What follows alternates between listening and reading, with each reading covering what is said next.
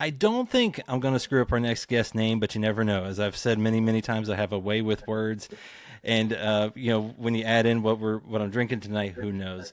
But this guest, he's a country artist, songwriter. His album Later Tonight is out September 19th. Let's see. I screwed up.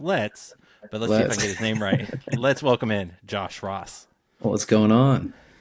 You Um, didn't mess it up. Not that part. Not that part, but see, I did screw up something, so it No, was no, it's bound to good. happen. I It's put it good. out there in the world.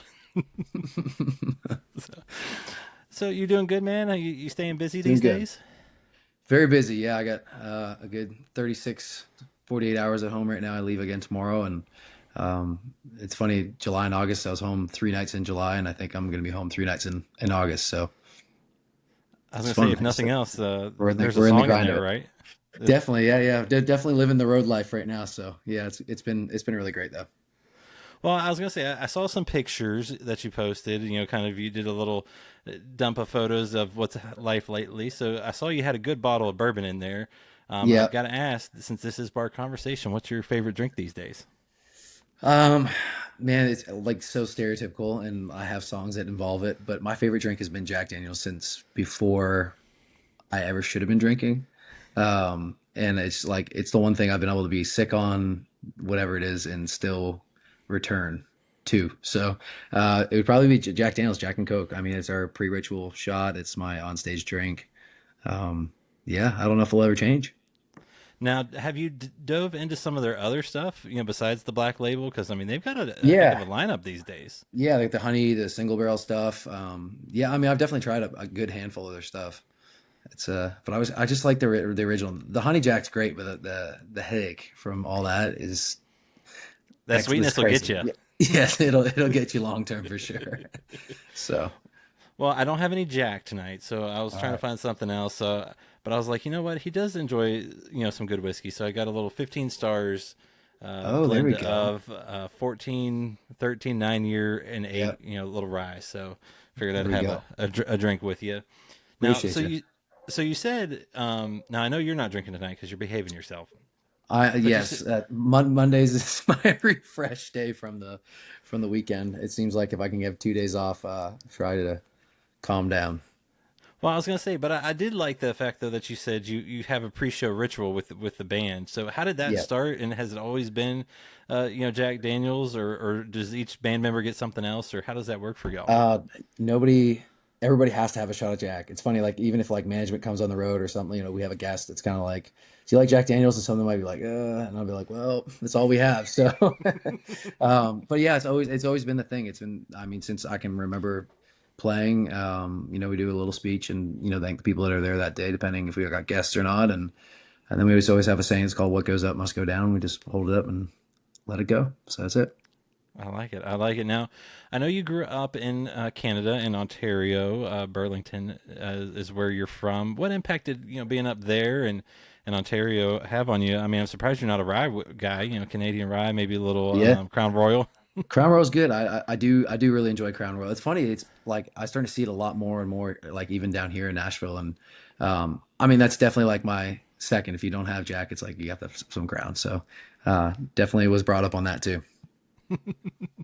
Well, and what was it like growing up there? Because people might think oh, country music, country lifestyle may not happen for some reason, but Yeah, they might. If you go there, you realize there's a lot of country, country yeah, land out yeah. there. So, No, what was it it's like pretty growing up crazy. there? Yeah, I mean, I always say to people like if I'm from Ontario, west of Toronto, and it's like if you grow up in that area and you go an hour and a half north, like you don't see anybody. You're like you're way out in the middle of nowhere, and that's just kind of how I was brought up. And yeah, it's funny, you move to the south, and it's just a different version of country. I always say, it's like northern country and snow, and I always joke around and say we live in igloos in the wintertime, stuff like that. But yeah, no, it's interesting. It's a lot of forest and a lot of land further north. I was gonna say I love getting up to Canada when it went to last summer to Vancouver Island, and that was a blast. And uh, up there though, you still get a lot of good music. I know you Yep. talked about it. You loved country before it was cool. So what music did you grow up Yes. listening to that had an impact on you? I mean, so much. I have a brother and sister, 10 and 12 years older, and then my parents were huge. My mom was like a big Bruce Springsteen U2 fan. My dad was Guns N' Roses, Metallica, kind of like the hair metal, like Cinderella, all those like those kinds of style bands. And I had a family friend that liked country music, so I got to kind of listen to that at a young age. And then my brother and sister were like the R&B and pop and Akon and all that kind of stuff, which was, it's been really cool kind of getting to do certain things and try different things. But yeah, country music was always one of my favorites. And by the time I got to high school, it was like an interesting time where country started to become really, really cool. And I was like, oh, I already know all these songs, and I was like kind of the one that would build the playlists, and incorporated like Thursdays was country day in the in the gym and the weight room and stuff like that for the football team, and that kind of carried through to college too, which was cool. Well, and you talk about making the playlist in the football room.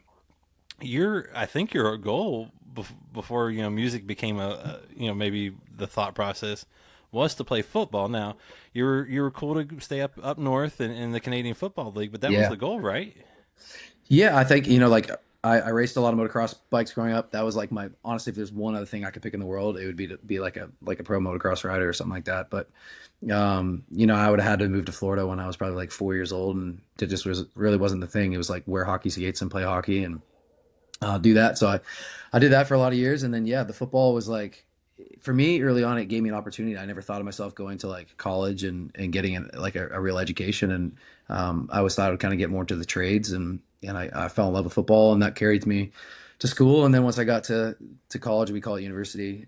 There, I was like, okay, now what's the next step if I keep playing? And that for me would have been the CFL. I mean, if I was really lucky, I maybe would have made like a practice roster in the NFL or something like that. But um, yeah, I definitely thought that was the thing. And of course, the typical injury story and start weighing out the options of life. And I was just like, I don't know how many more ankle surgeries I want. And, obviously the head injuries and stuff like that are pretty serious too. So I at that time just started playing guitar and kind of led to where I'm at now. I was gonna say, I mean, had you played guitar before that? Had music been kind of part of your life before then, or was it one of those things where music was, but maybe not playing and things like that? Yeah, I would sing as like like jokingly. Like I remember having girlfriends like singing in the car, and they'd be like, "It's not terrible, but it just wasn't like serious, I guess." And then I had a neighbor when I had a surgery in my senior year of high school, and I like that was the first time I like picked up a guitar, and I think I like picked on it for like maybe a week, and then it went away for basically 2 years until my freshman year, even more going into later at school at university, and just learn the basic four chords, YouTube, and then would practice singing and get noise complaints in my residency and stuff like that. So it's good. Well, I was gonna say it all worked out in the end, right? So those complaints were positive. Yeah, no, it's crazy. I mean, you look back now and you're like, I mean, that was everything. Like when I thought football was over, I was like, what, like, what is, and now I'm like, if that didn't happen, I know for sure I wouldn't be here. I have no idea what I'd like fully be doing. I might be working at Home Depot or something because I love Home Depot. So I don't know. You'd be doing something with your hands. You'd be working, Yeah. maybe Yeah. something creative. I'm sure. Yes. Yeah, exactly. Yeah. Well, and you talk about that was kind of what led you obviously to everything. When was there that moment or that realization that you could maybe do this as a career? Like you said, football had kind of been the Yeah. thought process, or at least could take you somewhere to on the journey. When did music become the thing that could take you on the journey? Yeah. I mean, it's such an interesting question because I'm somebody that like, I get bored of something and move on to the next thing so quickly. And I think my parents and everybody like I had a window tinting company. I was getting an education in like health science kinesiology and like doing a bunch of different things and came out of school. I had a project managing and estimating for a construction company. Randomly had a family friend that I got some work with, and honestly it was a great paying job and it could have probably set me up in a different way for life. But I started entering like these song competitions in Canada. We have a festival called Boots of Hearts. Boots of Hearts. It's like a very large festival up there for country music, and they have like an emerging artist showcase. I entered that. I was the last person to get in out of 8 or 10, if I believe, and then I made it to the final three. But I don't even know if I maybe didn't. I don't even know if I made the final three, but I didn't win the competition. A friend of mine won at the time, and I remember getting off stage and the owner of the festival was like, "You have something." He's like, "You just need like lessons." I mean, it was my first show. Like I I'd never played with a band. We rehearsed randomly. Um, and then I played in front of like probably 3 or 4 thousand people. And I remember like, No pressure.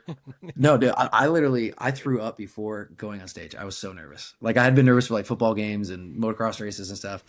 I was like unwell. Like, and I've always been a person that, especially then, I really didn't like public speaking. Like I was not somebody that would like stand up and talk in front of a group of people. And then I realized that like singing was like a different version of that. And then obviously now I get to do both, but it's cool to see where it led to. I was gonna say, I mean, that seems like the opposite of what you would have wanted to do then, if you Literally. were. Yeah. Yeah. What's that saying? It's like something like be uncomfortable. If you're uncomfortable, like, it means something. For me, that's how I knew. And I remember coming off stage at that time and I was like, I got to figure out how to do this. Like I'll do whatever it takes to figure this out. And, yeah, I shortly moved to Nashville, I think like 8 months after that competition. And I knew one person when I moved to Nashville.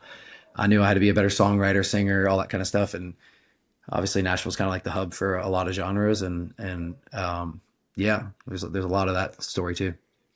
Well, and I was gonna say, I mean, what was it like to move to Nashville? Because you were basically an independent Canadian artist, like you said, you kind of had just really started kind of making the journey there. What was it like to kind of move to Nashville and see what that behemoth is like, and really get into the whole industry and songwriting and everything that comes with it?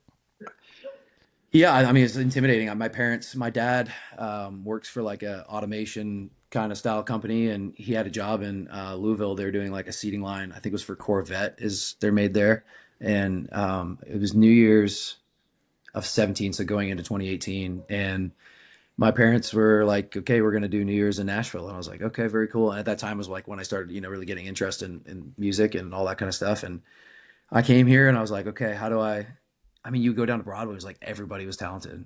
And like not against, I laugh at my parents now, but I remember them being like, kind of like, you want to do this? Like this guy's, just as like everybody's so good.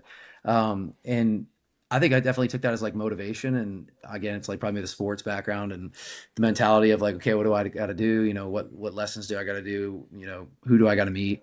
And that was kind of like my first, I guess, taste of Nashville was coming here, seeing that. I think it was like Keith Urban played. It was like a freezing, freezing cold show, um, which is not like typical for Nashville, but it was so cold. And I think, yeah, a couple months later, I had moved down and I just honestly I moved for like nothing. It's like it's crazy. I lived in my car for a while. There's a whole journey of there, but just yeah, it's just really crazy now to look back. Like I almost forget about it until I get like asked these questions, and I'm like, yeah, how the heck am I here? So it's cool. I was gonna say, do you ever get that chance though to really ever think about how far you've come? Because I mean, I'm gonna ask you some questions here in a second that say you've had a Yeah, little bit of success. finding the time to like sit down and really think about it. I don't have like a ton of time to do, but for me, like moments that, like where we've received awards in the last little bit or songs at radio. And it's usually those moments where like I have to give everybody like a speech to thank people. And then like I look in a room and I'm like, this is crazy. I mean, this year I did a birthday party here in Nashville, and to think like, again, I knew one person in town at that time. And I don't know, I had 70 or 80 people here that were like friends or acquaintances or people I write with, or, I'm just very lucky. So it's cool. Well, and I was gonna say, to go down that road of success, you got to perform at the Grey Cup, which for those that don't know, that's Super Bowl of Canadian football. You got to do the halftime show there in 2022, which I'm guessing had to be a little bit of a full circle moment for you because the goal was to be on the field. It was Play, a yeah, different, yeah. it was a different, Play the Grey Cup. Yeah, it was a little bit different playing that time, but that still had to yeah, be a pretty awesome moment. yeah. I mean, it was super cool. It was freezing cold. It's always so cold in those final games, especially being up in Canada and we were outside. And yeah, I got to perform right in the end zone, and I guess in my own way, I got to play the Grey Cup. It's just in a lot less rough of a way. I went home not banged and bruised up, which was good. So yeah, that was like one of my first things I had done. Like once I signed Universal, and that was like one of the first things they put me on, and so grateful. I mean, I'm grateful for Tony and the folks at Universal that had set that up at that time, and yeah, that was like my first TV performance ever. So Well, and then you did something that anyone that moves to Nashville, I think, hopes to do at some point, and that's to perform in a different field in a circle. and that is at the Opry stage. What was it like to to do that? And can you describe that feeling of stepping on that stage? Yeah, the Opry is such a, coming to Nashville and going there and taking tours there and sitting there. I watched my first show there probably in like probably 2022-ish time. And, or even actually it was earlier than that. It would have been maybe pre-COVID. That was like a time warp for me. But um, I remember seeing Carrie Underwood there and thinking, wow, like how cool is that she gets to do that, and the amount of respect that's there. And, growing up a country music fan, artists like Steve Earle, I was such a huge fan of. And, you know, there was a spot for artists that I really loved that, at the Opry. And I honestly didn't even think about myself being like, I'm going to do that. It was just like, that's such a, like a dream almost, if that makes sense. And yeah, when I had the opportunity, Lee Brice asked me in to go there and perform. And yeah, so just so like, again, lucky. And that night was like, kind of like the first night I ever played. Like I was almost like not sick, but I was like so overwhelmed with emotions, and the people were there. It was like everybody always say, says like, "How did you enjoy your first time?" And I was like, I enjoyed it, but I definitely enjoyed like my second and third time more because I really got to like stand there and take it all in versus like saying hello to all these people and running around and all the things that were happening at once. And but so special. I definitely remember getting emotional, and then to follow all that up, I got asked to be part of the Opry class of 2024, which was really awesome for new artists. And feel like once you're part of that family, you have a great crew of people there, and I always look forward to getting back there and playing. I was gonna say, I know the first time from talking to folks, it's like a whirlwind because they Yeah, make you walk in, but then they're like, "Hey, do that again. I want to get that on camera. I want you to yeah, get you on camera yeah, looking at yeah, that." And yeah, you're yeah. like you don't remember much because it's Yeah, so there's these much is massive going cameras on. following you around the whole day. It's like, I had my parents come in from Canada, and just a lot of like friends and songwriters. And yeah, just so cool. I mean, with sound check, you get to hear the full. I mean, the band there is just so incredible. You get to hear your songs in a way that you never thought you would get to play them. So many players. And yeah, really, really special. Well, now, so you've done the Grey Cup, you've done the Opry. So what other checklist items are on there for you to go play? I've been so fortunate. I got to go to the UK last year and play the Royal Albert Hall, which was like a legendary venue there. I've got to play the Forum in LA, which is super special. I have a lot of family in LA too, so getting to do all these different venues that I've heard like people would talk about. And there's still definitely some like Red Rocks that I would really love to do. And then there's like certain arenas that I think would just be so cool, like Madison Square and stuff like that that are just iconic. But so far I've been so lucky, whether it be venues that only hold 200 people early on, or the ones that hold thousands. So, but yeah, those would be two that I'm gunning for eventually. I like it. I like it. Got that checklist going, and you've checked off something else that some like a Canadian guy hasn't done in a long, very very long long Yeah, time. Your song "Single Again" topped the media-based country chart, making you the first Canadian male to achieve U.S. country radio #1 in nearly 3 decades.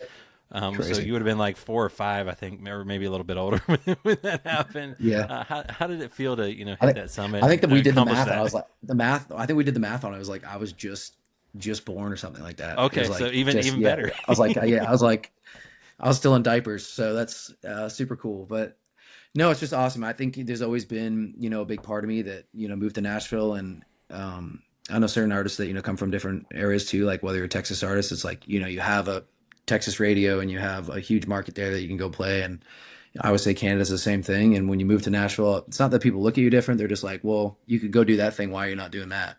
And that only. And for me, it's just like I've always had this dream of like traveling. I love traveling. I don't like again going back to I get really bored of things and move on to the next thing quick. It's like I like to move different places and see different places. And luckily, the road's been really good to me for that. Um, but yeah, I just had this dream of playing music everywhere, and to have that opportunity to have the song at radio. And it took a while. I mean, we really grinded it out, and not necessarily how to convince people, but it was like, hey, I'm here and I want to be here for a long time, and make a long career out of it. So I'm very grateful. I think Paul Brandt was the last one, yeah, about 30 years ago to have a #1, and hopefully we'll get a next one. Well, and like you said, you've had a lot of success in Canada too. That's obviously home base for you. Single Again with double platinum is one of three number ones at Canadian country radio alongside Ain't Doing Jack and Trouble. So what's it like to have that success up there, but then be able to break through in the U.S. market? Because I've talked to a lot of folks that they can kind of break into it, but it's a whole nother thing to really hit that top mark in the U.S. Yeah, it's so everybody, I try to give advice to new artists and people that are from different places. And the thing is, like now, I remember being so obsessed with like, what do I got to do? What's the code? Like crack the code. Who do I got to meet? And I really realize now is just like put yourself in positions, and there's no right way. For me, I got really lucky in the sense that I had nothing going on anywhere anyway when I started. Like I had done a couple emerging artist shows, and that was it. And I moved to Nashville and was like, all right, I'm going to do it here. And that just is where it started. So I got really lucky. And a lot of people don't realize is early on, especially like 2022 ish time before I signed my deal with Universal, and my management with the core, is like most of my streams that I had were in the US, and my fan base was more in the US than even in Canada. Cause I don't know if Canada even knew about me at the time. And then, it was really cool once I signed my deal and all that, you know, we started having the radio success in Canada. We'd go out and play shows, and then Canada caught up really, really fast. And I'm so grateful that, that happened that way. But, yeah, it's always interesting because a lot of people, will gain such a large fan base somewhere like Canada or Texas or wherever it is. And then, Australia, and then they move to Nashville. And I feel like mine was kind of backwards, in a certain way. And, I don't know if that's why things have gone the way they have, but just really grateful for the very radical decisions I make to move places. So, yeah, Well, I mean, hey, you like motocross, you like riding the dirt bike, you just like having a little bit of fun and maybe doing things a little bit different than a others. little risky. Yeah, I guess. I don't know. Well, and you've won some big awards lately too, especially up in Canada.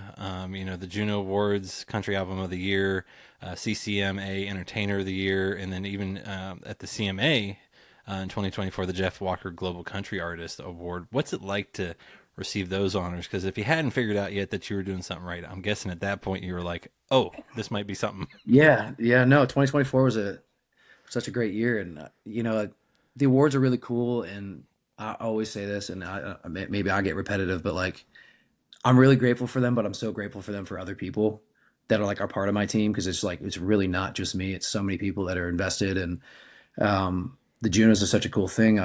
For people, it's like the Grammys of the U.S. And I'm lucky to have the country album of the year there. And Entertainer for me was probably the big one at CCMA's, just because I mean we played over, I think it was like 170 shows last year, and I really was not home at all. I think I was home a total of like 40 something days. And uh, for me, it's like those are the rewarding ones where like I'm like, okay, we did a project that people really appreciated. We're on the road and people are appreciating it. And then to kind of end the year off was the CMA award for the global artist. And again, being from Canada and not being from here, and making hopefully a mark for people that aren't from the US, that just have a dream. And I mean that's why I moved here. So I was gonna say, if folks don't know, there's a lot of good Canadian country artists out there, and you tons, can yeah. listen to a few of our shows that we've talked and been fortunate enough there, and you've been able to do some really cool things. You won the awards. You talked about this earlier because you said your older siblings, they were into the hip hop R&B, and apparently, as I was reading, you had done a version of Akon's song for a good while, and then all of a sudden, I see it Yeah. released with Akon. How did all that happen? Just take me through it all. I just got to know because that's a pretty cool thing. Yeah, I mean, yeah, my brother and sister, big R&B fans. Whether it was like, I mean, I was listening to like Young Jeezy and Eminem, and but Akon was always the one that like I joke around in the live show and I say I was listening to his music before I even knew what he was talking about, because like it was just not not appropriate for the time. But there's just something about his melodies, and he's such a great songwriter and melodic writer. And yeah, going back to like 2022, I used to like cover right now just like for fun, like acoustic. And I always like joked around. People would be like in interviews, "What's your dream collab someday?" I was like, Akon, Akon, and they'd be like, "Wait, what?" I just it was like always like not jokingly, but it was just like that would be a full circle moment. And one day, honestly, I was just super hungover, and I had an idea to rewrite one of his songs, and I was like, okay, let's just do Right Now and call it Drunk Right Now and make it like a summertime, country thing. And wrote the song, again was still like, it would be cool if Akon would do it, but you know, it probably wouldn't happen. And right before I was gonna like kind of like tease it on social media because that's what we do now is like be content creators and not artists all the time and make content and put it out there and hopefully people like it. I was gonna post the video of that and then just randomly was like to Kenzie, who's my day to day. I was like, you know, can we talk to the rest of the team? Is like there any chance we can get this over to his team just to like see? And so I think it was Simon and Chief. I think it was Simon though that knew. We found out who his manager was, and sent it over. And I think it was like 24 hours. We heard back, and they're like, he loves us. He wants to be on it. I was like, okay. Like right then, I was like so fired up. I was like, okay, great. He's gonna be on it. And then I'm like, what does on it mean? Is it like he's gonna like sing a chorus? Is he gonna feature on it? Is he gonna like I don't know. And then I think it was like a week or two later, we just like received another version of it, and he like wrote his whole own second verse, which was like so cool and took honestly the song to because I just made it about like partying and wanting to get drunk. I mean, because that's kind of just where I was at in life, and I was just having fun all the time and doing whatever. And he kind of turned the song into like this, like, "Hey, I'm looking out for you, buddy," kind of thing. Like he's kind of like my life coach, I guess, in the song, and just put a whole different spin on it, and was everything that you know. And then now I have a song with Akon, like, and I remember like playing it in my truck and sitting in the driveway and being like, "This is actually happening. Like this is crazy." And it took probably about a year for us to figure out the timing, getting the music video done, and all that. But yeah, so worth the wait, and it's been really fun to play that song live, and it's just perfect for like summer festivals and stuff. I was gonna say I did not have Akon in a cowboy hat on my bingo card for 2025. I can No, say that neither did right I. When he now. got there, he's like, well, you ever ridden a horse before? He's like, of course. I was like, but like actually, like it was so funny, you know. But it was great. I mean, he wanted to do a music video, and he's just like, I want to be, I'm in. I just need to be on a horse, and we were like, okay, we'll make that happen. So we found him a horse, and we kind of did like a random, kind of ghetto concept for the video. That just wasn't like we were gonna do like the typical Broadway party thing, and we're like, no, let's try to make it like all these random characters of life come together and have like a field party, and that's kind of what we did. I was gonna say it was perfect, and then you did another music video for your album's title track later tonight, where you got to ride your dirt bike. How cool was it to incorporate a little bit of you Yeah, into that music video and put it all together? dude, it's like it's like the now you're making me realize like the full circle moments. But like again, yeah, like never did I think like luckily I rode dirt bikes growing up, and that was a dream that I had. And I got to reach out to my friend. Shout out to JJ. JJ was the one that like hooked me up with the bike and got that all going. And I was just like, we were gonna do like a motorcycle, like a Harley style. I'm like, if we're in the desert, I'm like, I gotta be on a dirt bike. I gotta be on a dirt bike. And so cool that day. We got to like, yeah, film and strap this big cage thing on there with the camera above my head. And there's just a lot of really cool stuff that we got to do that day. And yeah, just yeah, again, very full circle. I'm happy I didn't get hurt, and we're here, so it's good. I was gonna say that is a very important part is to Yeah, still be able to perform and do things. And yeah, like I said at the top, your full length debut album later tonight is set for September 19th. What's yeah. it been like working on that project, and what can folks expect when it hits? Because you've teased several songs, obviously.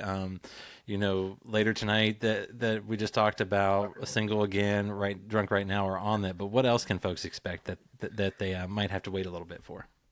Yeah, I think the coolest part about the project that there's gonna be a lot of songs that like tell different stories that I feel like I haven't really like told my side of yet, or like people don't know about me yet. So really looking forward to like those songs getting out, and then just if you've been to a live show, you know that like I'm the person that's doing like a rock song, and then I'm doing the pop song, and then I'm doing a piano song, and I just really love all different styles of.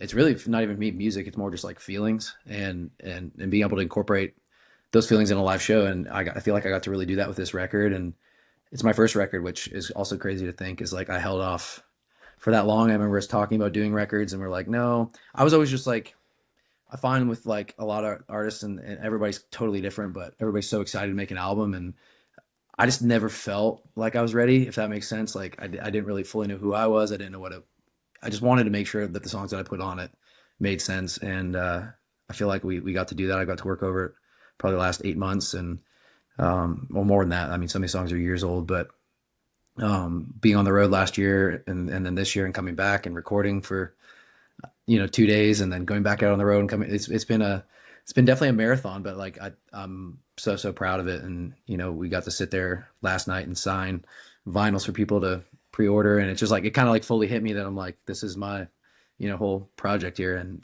15 songs, which I'm just excited to get a body of work out for everybody. Well, and you talk about that, being able to write and do stuff, and what's it like to show different sides of yourself? Because obviously, folks have seen that kind of fun side and things like that. But like you said, you like to do a Yeah. little bit of everything. What's it like to go down that rabbit hole and share personal experiences or ideas? Yeah, I think like even this goes back to the public speaking thing. Is like I was never really good at like talking, and like I never like sharing my feelings, if that makes sense. Maybe with like certain close people or stuff like that, but like publicly not at all. And music for me was like my way of letting people know how I felt. And yeah, I feel like this project has a lot of that. There's some like again stuff that I feel like now I'm ready to talk about that I never really got to talk about, and parts of like me growing up and where I came from and getting to me, to where I am now. And there's definitely like a couple life songs on there too, which I'm, excited to kind of have some of those concepts that I think people will be able to relate with. And yeah, I'm just stoked for September 19th. So Well, and I think I read somewhere too where you didn't maybe realize you were writing songs, but you would journal or kind of oh write my things God, you down. did, you did some digging, dude. So, So what? I see, mean, I didn't what's like it? talking to people. I didn't. I Yeah, mean, no, I distinctly remember I had like this blue, like the three ring duotang where you put your paper in, and I was probably like in the third grade, or like I don't even, maybe even younger than that. And now it's probably around then, but I would like journal down like how my day went at school, and you know, certain girl was mean to me on the playground, and like I'm heartbroken and stuff like this, and like I would hide it under my bed because like I mean I grew up in a family. It was like it was tough. I had a brother that would beat on me in a good way, and I was really grateful for that, and then a dad that was very blue collar, hard worker, and journaling your feelings was maybe not the thing to do. And not that I was told it was wrong. I just didn't tell anybody about it. I was just like, I'm not doing that. But now it's like when I look back and think about those like paragraphs I was writing, I mean, I was just writing like little short stories about my life and how I felt and expressing myself. And for me, that was kind of like, I guess, my songwriting without knowing it starting out. well, and like you said, you love to do so much stuff, and from sharing those experiences that way to your shows playing all sorts of different instruments and things like that. Because you don't want to be. I think you've said you don't want to be in one lane kind of thing. You want to explore different Yeah. sounds. How do Yeah. you balance that? Because obviously folks see you as a country artist, or at least you show up in the country genre, but Yeah. obviously you do a little bit of everything. Well, for me, I think that's the storytelling side of it, and it's the honesty side of it. And um, I always say there's like there's songwriting and then there's storytelling. And I feel like I really always wanted to be a true songwriter, meaning like I'm writing about the things that have happened to me and it's my life and people can relate with it. Where some people are really good at storytelling. They're like great to take in a concept and create an idea and maybe something they've never even gotten experience before. I'm personally somebody that like I feel like I have to sing about things that are so true to me. And I think that for me is the country music side of it. I mean, definitely some of the instrumentation and all that is what I've, always been drawn towards, whether it be pedal steel and stuff like that. There's just things that pull on my emotional chords that I'm like, okay, I need to have that in a song. Um, but yeah, again, when it comes to like a melody that like is like Akon's, it's like, well, I think that's really cool and I admire that because it makes me feel something. So like, I want to do that. Or, I hear a rock melody that might be, kind of like Nickelback or Hinder or something like that, and it's like, okay, I want to do that now too. So I think people on this project are going to be like, wow, there's a lot of if you're a fan of my music for more rock leaning or pop leaning or emotional stuff, there's like a lot of everything for everybody, and just kind of a blend of things too. Well, and you've been fortunate enough to tour alongside guys that have been country stars to the hard rockers to the cross genre superstars. I mean, Nickelback and Jelly Roll Yeah. and others that you've gotten to play for. What have you ever gotten the chance to actually talk to them and like glean some stuff that you can maybe take on in life? Yeah, I think the one thing I especially like, Nickelback and Luke Bryan and these some of these artists that I call them just like career artists, like they're real, they've been 20, 30 years. And um that to me is my goal. It's like my biggest fear is like having a couple songs and then not being here in 10 years. And like watching, Nickelback, we played, I think it was 52 shows with them in 2023, and watching the fans every night, whether it be on a Monday or a Wednesday or a Saturday, screaming those words and what they meant to them, was great. And I was lucky to form such a great relationship there. And Chad's been so good to me and calls me, weekly or monthly with a check in and seeing how I'm doing. And I'm just so appreciative of that. And then Luke Bryan, obviously on the country side, it's like, okay, he still has a fun and has a good time and, has drinks and does the thing, but he still, plays the role really well in life, but also as a performer. And so, yeah, stuff like that. I really admire. And then on the flip side, I get to tour with new artists like, Bailey and stuff like that, where, artists that are really taking off and yeah, just grateful for that and to learn from those experiences too. Well, and you've kind of touched on this too. Obviously, you can play almost any genre or with any person that's in a different genre. So, Right. what can folks expect at a Josh Ross show? See, I had to slow it down because you were right. It is Yeah, a tongue see, it's twister five times when you say fast. it, when you say it again. Um, yeah, I mean, the show's just it's for people that know me, I'm like in a roller coaster of emotions sometimes, and it can be a lot to handle. But it's also, I think a lot of people can relate to like the high highs of life, and then the lows that I think teach me the most lessons, and a lot of people lessons. And that's kind of that's the show. Is like we'll literally go from like a literal rock smash to, okay, now I'm sitting on a piano and everybody's like super sad, and then it's like, okay, let's go back to the fun part. So it's I mean, that's the show that I've always wanted and developed, and that's kind of what you can expect. I see. I like it. It's all the emotions. You get a full range of emotions in one night. Yeah, you're raging and drinking and partying, and then next thing you know, you're crying and holding on to your best friend. So it's good. I mean, it's a Yeah, full night. You've experienced yeah, everything you want, and you literally. know, I love at the very beginning of the show asking you what you're drinking. I know it's Diet Coke tonight. Yeah. I know, but Well, I also DC. love asking. I also love asking this one as we get toward the end, and it's always interesting to see what everyone's reactions are. So I'm going to ask you, of your songs right now, what's your favorite one to perform? A song called "Hate How You Look." Ooh, okay, off the It's new like album. it's off the new album. It's been out for we pre-released it from the album probably about a month and a half, 2 months ago, and it's just already, you can tell the energy in the live show from it. And I look forward to playing it every set, and that's how I know, is like when I'm super excited to sing a song. So um, yeah, really looking forward to more people finding that one, and that'd be my favorite right now to play.